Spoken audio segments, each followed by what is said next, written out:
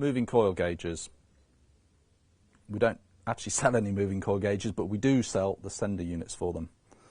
Now, these gauges were fitted up until about the early 1960s. You do get a bit of an overlap, certainly in some of the bigger cars, Alvises and things like that, might have run moving coil gauges into the mid-60s. If you have one of these gauges, they're the type that when you turn the petrol on, they move instantly. The gauge flickers about, and as the petrol sloshes about in the tank, the gauge moves around because it's an instant reading. They're not a slow movement like you get with a modern gauge. It's really critical before you buy a new sender unit for these gauges that you check that the gauge is fully functioning perfectly.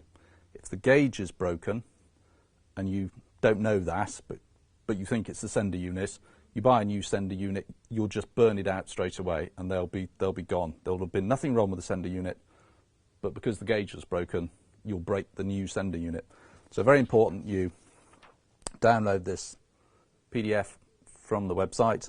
That will tell you exactly what to do to check out the gauge. And then when you've found that the gauge is working, it's simply a case of, we do two of them.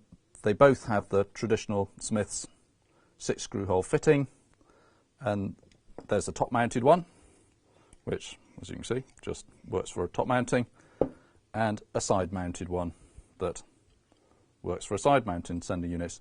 Now these, on both of them, the actual arm and float assembly is just threaded, well, not threaded, it's pushed through, and there's a little nut that holds it in place, and you could reuse or reshape this using bent coat hanger wire, whatever, to get the exact shape of arm that your old sender unit used.